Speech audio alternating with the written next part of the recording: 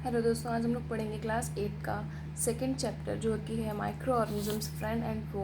और हम लोग पढ़ चुके थे यहाँ तक। अब हम पढ़ेंगे फूड प्रिजर्वेशन, मतलब फूड को प्रिजर्व कैसे करते हैं, मतलब फूड को ख़राब होने से कैसे बचाते हैं। तो यहाँ पर पढ़ेंगे we know that when cooked food और milk is left in a warm and moist place for a long time it get spoiled. तो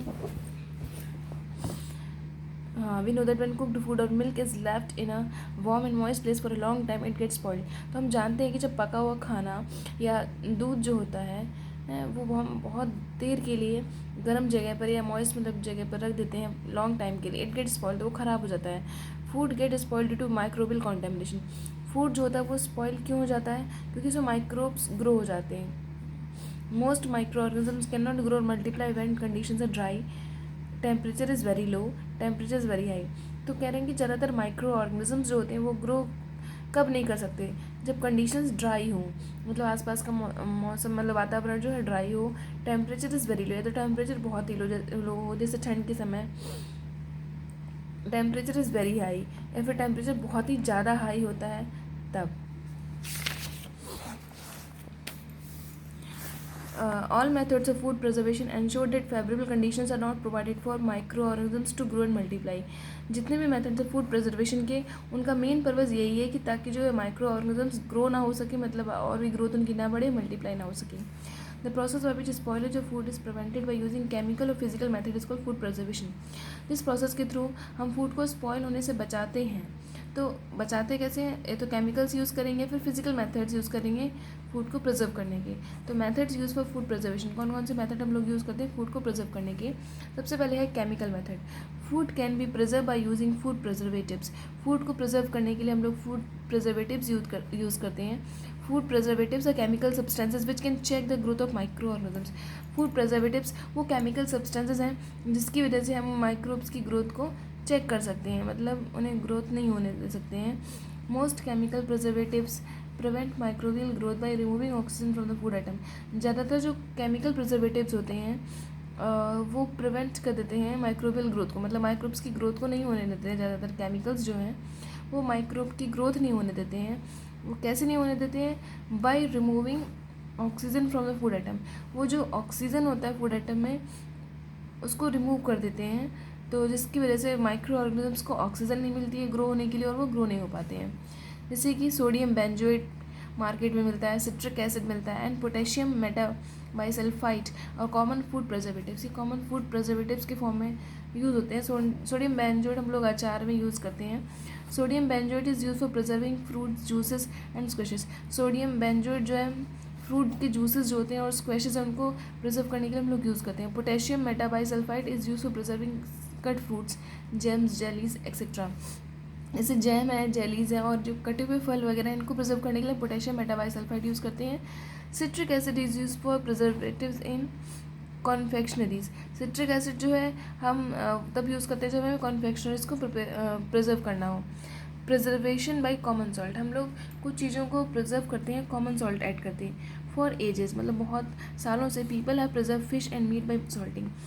हमने देखा है सालों से ये पता चली जाती है जो जो लोग होते हैं वो फिश और मीट को प्रिजर्व करते हैं बाई सॉल्टिंग के थ्रू। सॉल्ट मतलब समझते हैं नमक।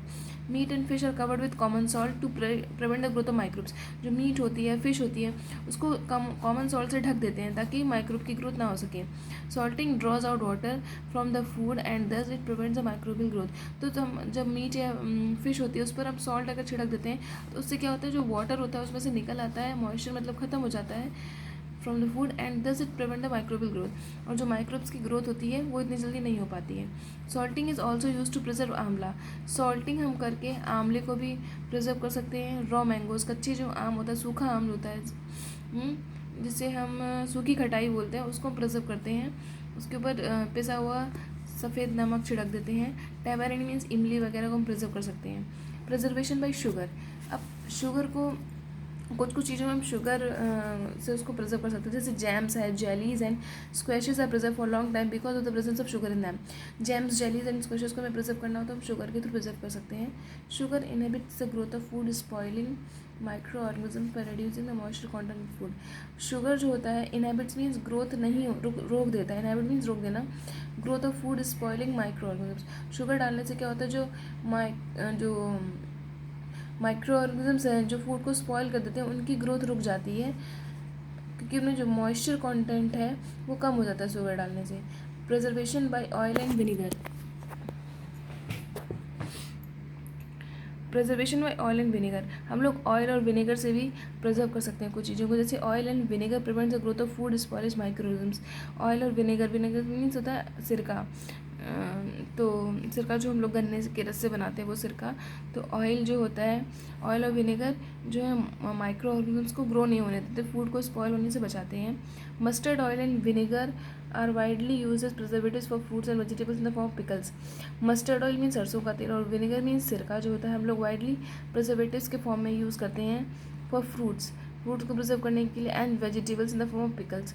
किसी फ्रूट और वेजिटेबल का हमें अचार वगैरह रखना हो तब हम मस्टर्ड ऑयल एंड विनेगर का यूज़ करते हैं। फिर है meat and fish are also preserve by this method. Meat और फिश को प्रिजर्व करने के लिए हम यही मेथड यूज़ करते हैं। पेस्चराइजेशन क्या होता है? पेस्चराइजेशन असल में मिल्क के लिए हम लोग यूज़ करते हैं। Pasteurisation is a process for preservation of milk. Pasteurisation जो प्रोसेस है वो मिल्क को प्रिजर्व करने के लिए है। In this method milk is heated to about 70 degree Celsius for 15 to 30 seconds to kill the bacteria present in it and cooled quickly to 10 degree Celsius prevent the remaining bacteria from growing. तो इसमें क्या होता है, pasteurisation milk को हम 70 degree Celsius पर heat करते हैं, 15 से 30 सेकंड के लिए हीट कर देते हैं, फिर उसे ठंडा करते हैं 10 डिग्री सेल्सियस पर ला के ठंडा कर देते हैं ताकि बैक्टीरिया ग्रो ना हो सके। The milk is then stored in sterilised bottles और पाउचेज इन कोल्ड प्लेसेस। तो जो फिर मिल्क, ये वाला जो मिल्क है जो अभी हमने गर्म किया फिर ठंडा किया, फिर इसको हम लोग पाउचेज में स्टोर करते हैं, बॉटल्स में स्टोर करके रख देते हैं कोल्ड प्लेसेस में। Pasteurise milk can be consume without boiling because it is free from harmful micro organisms. अभी जो पेस्चराइज मिल्क है वो हम लोग डायरेक्टली ड्रिंक कर सकते हैं विदाउट बॉइलिंग, उसे बॉयल करने की जरूरत नहीं होती क्योंकि हम उसे ऑलरेडी बॉयल कर चुके होते हैं और उसमें कोई माइक्रो ऑर्गेनिजम्स नहीं होते हैं। This method was invented by Louis Pasteur in 1862। ये जो मेथड है ये किसने डिस्कवर किया था? नाम से ही पता चल रहा है, पेस्चराइजेशन और लुइस पेस्चर ने इसे डिस्कवर किया था इन 1862 में।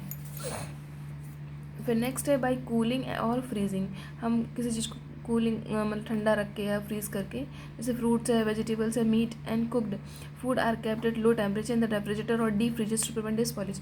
फ्रूट, वेजिटेबल्स, मीट है, कुक्ड फूड, पका हुआ खाना है, इन सबको हम रेफ्रिजरेटर में रख देते हैं ताकि फूड ख़राब ना हो। Low temperature prevent the spoilage of food by inhibiting the growth of micro organisms. अगर टेम्परेचर लो रहेगा तो माइक्रो ऑर्गेनिजम्स की ग्रोथ नहीं होगी, अगर ग्रोथ नहीं होगी तो फूड स्पॉइल नहीं होता है। बाय डिहाइड्रेशन, नेक्स्ट मेथड है डिहाइड्रेशन के through. Since moisture is one of the main requirement for microbial growth, removal of water from food material is an efficient method for food preservation। हम लोग कह रहे हैं जैसे कि मॉइस्चर जो होता है मेन रिक्वायरमेंट होता है माइक्रोब्स को ग्रोथ होने के लिए, मॉइस्चर चाहिए होता है, लेकिन अगर हम उस मॉइस्चर को हटा दें तो माइक्रोब्स की ग्रोथ नहीं हो सकती है। Since moisture is one of the main requirement for microbial growth, removal of water from food material is an efficient method of food preservation। जो फूड मटेरियल है उससे अगर हम वाटर हटा देंगे तो माइक्रोब्स नहीं ग्रो होंगे। The process of removal of water from a substance is called dehydration. तो जिस प्रोसेस के थ्रू हम किसी भी सब्सटेंस से वाटर को हटा देते हैं उसको बोलते हैं dehydration. Sun drying is a traditional method for preserving food. तो हम मेन चीज़ है डिहाइड्रेशन करने के लिए हम उस चीज़ को धूप में सुखा देते हैं, सन ड्राइंग कर देते हैं। व्हीट है, rice and pulses are clean and dried in the sunlight. Wheat, rice और पल्सेस ये जो है साफ़ की जाती हैं और धूप में सुखा दी जाती हैं। Vegetables like cauliflower, spinach and methi are also preserve in this manner for long time. तो मेथी वगैरह है, स्पिनच है, कॉलीफ्लावर है, इन सबको हम धूप में सुखा के रख लेते हैं। Advantages of food preservation. Food preservation से फ़ायदे क्या होते हैं? It decreases the wastage of food by avoiding spoilage. तो फूड का वेस्टेज कम होता था क्योंकि क्योंकि जो फूड है वो सड़ेगा नहीं, ख़राब नहीं होगा तुम लोग, तो वो वेस्ट नहीं होगा। It increases storage period of food material जो भी है उसका स्टोरेज लाइफ बढ़ा देता है। Nutritional value of the food is retain for long period. जो न्यूट्रिशन वैल्यू होती है फूड की वो रिटेन मतलब जैसी की तैसी बनी रहती है फॉर लॉन्गर टाइम, लंबे समय तक के लिए। It ensures availability of food at distance places and during the off season. जो फूड होता है वो हमें अवेलेबल रहता है एट डिस्टेंस प्लेसेस।